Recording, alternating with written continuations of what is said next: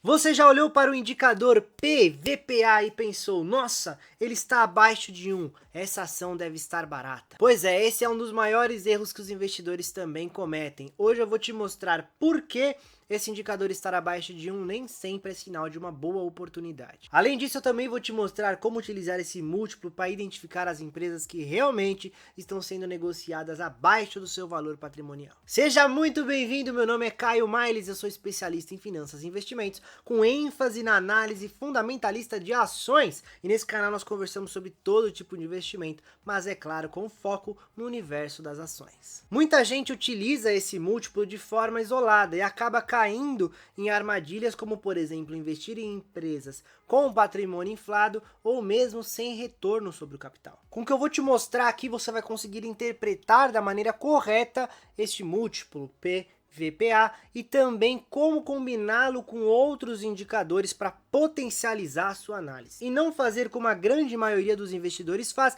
que é olhar para esse indicador e pensar se está abaixo de 1 está barato, se está acima de 1 está caro. Vamos entender então o que acontece por trás desse número. O PVPA é o preço da ação dividido pelo valor patrimonial por ação, ou seja, quanto o mercado está pagando em relação ao patrimônio líquido daquela empresa. Logo, se o indicador PVPA é de 0,8, isso quer dizer que o mercado está pagando 80% do patrimônio contábil daquela empresa. Já se ele é de 2, por exemplo, significa que o mercado está pagando o dobro do valor contábil. O problema é que o valor contábil não reflete necessariamente o valor econômico real daquela empresa. Patrimônio líquido é o resultado contábil entre ativos e passivos, mas nem sempre os ativos estão registrados com o seu valor justo. Para ficar mais fácil de entender, é a mesma coisa que você pensar em empresas que possuem imóveis históricos com o seu valor histórico contabilizado. Da mesma forma, empresas que têm ativos intangíveis, como por exemplo marca ou tecnologia, que nem aparece no balanço. O valor patrimonial contábil nesse caso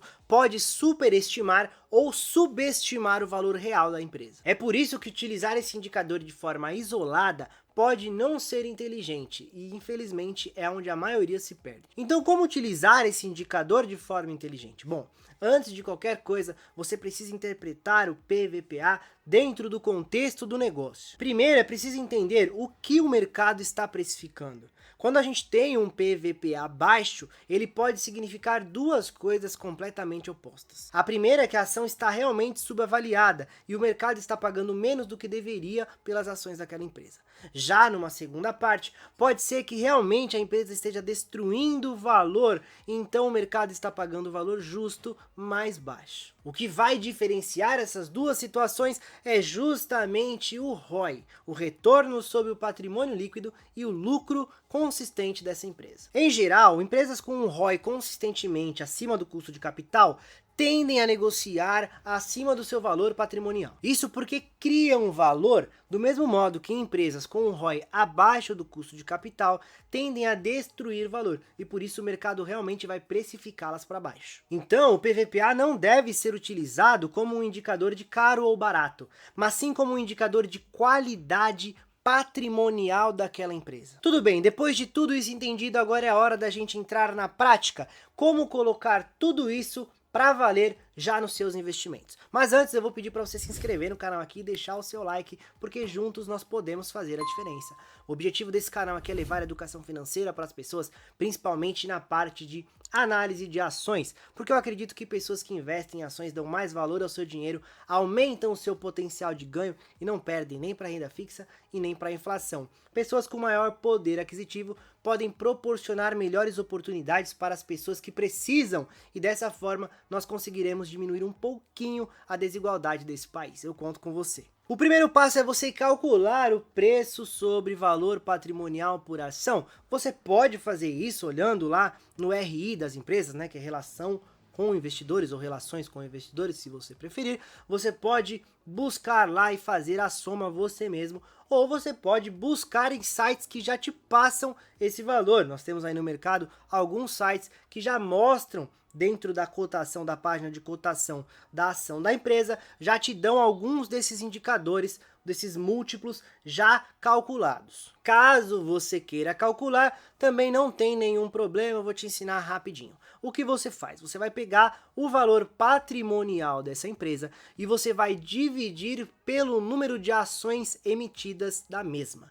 Então você vai ter lá o valor patrimonial por ação. Em seguida, você vai dividir o preço da ação pelo valor patrimonial por ação que você encontrou. Dessa maneira, você mesmo consegue calcular o PVPA.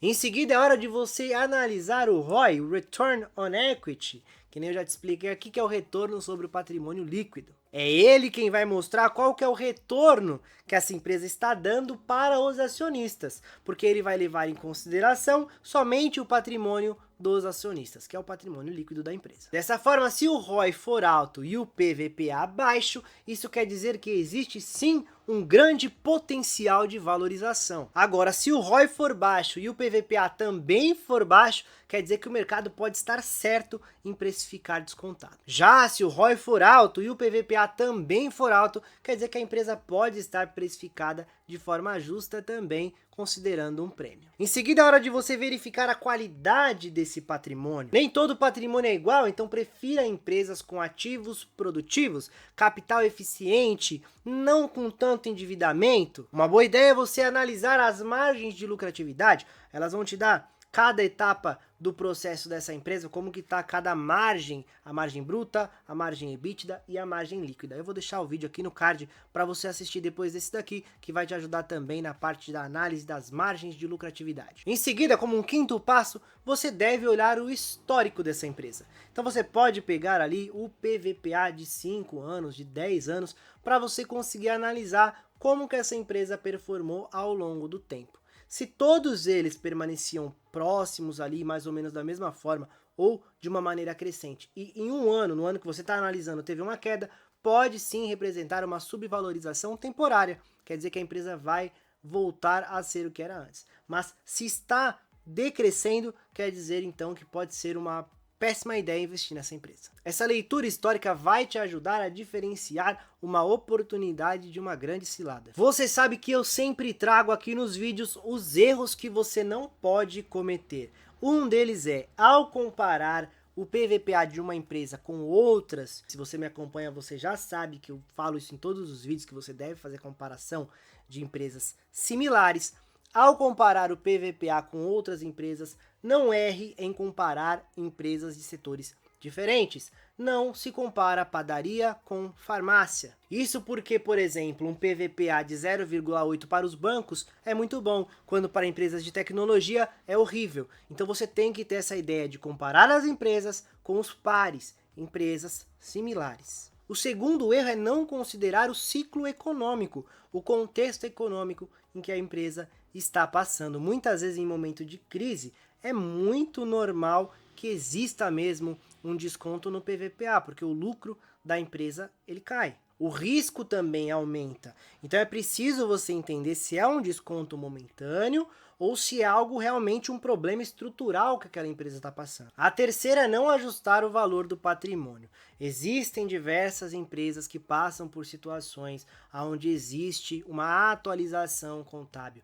É muito importante então se atentar às notas do balanço para que você saiba por que aquilo aconteceu. E evite que qualquer coisa ali dentro esteja distorcendo o valor patrimonial daquela empresa. A quarta armadilha, o quarto erro, acho que é o principal de todos, é confundir valor contábil com valor justo de uma empresa. O balanço não mostra potencial de geração de caixa futuro.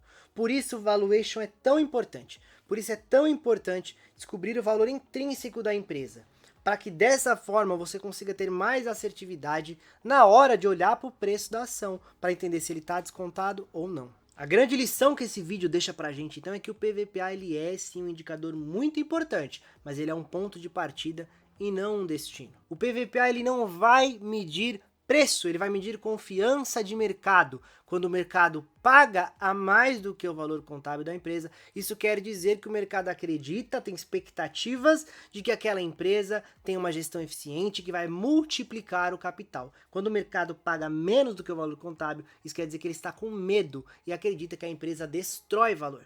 Então ele não mede preço, ele mede confiança de mercado. E é aqui onde entra o brilho, a mágica da análise fundamentalista. Quando você conhece o verdadeiro valor daquela empresa e entende que o mercado está precificando abaixo, é ali aonde mora a sua oportunidade de comprar ações de empresas maravilhosas com desconto. Então já comenta aqui embaixo se você analisa esse indicador e qual indicador você quer ver por aqui. Só comentar que eu trago para você. Eu espero que esse vídeo tenha agregado na sua vida, assim como foi um prazer para mim fazê-lo. Um grande abraço e até a próxima.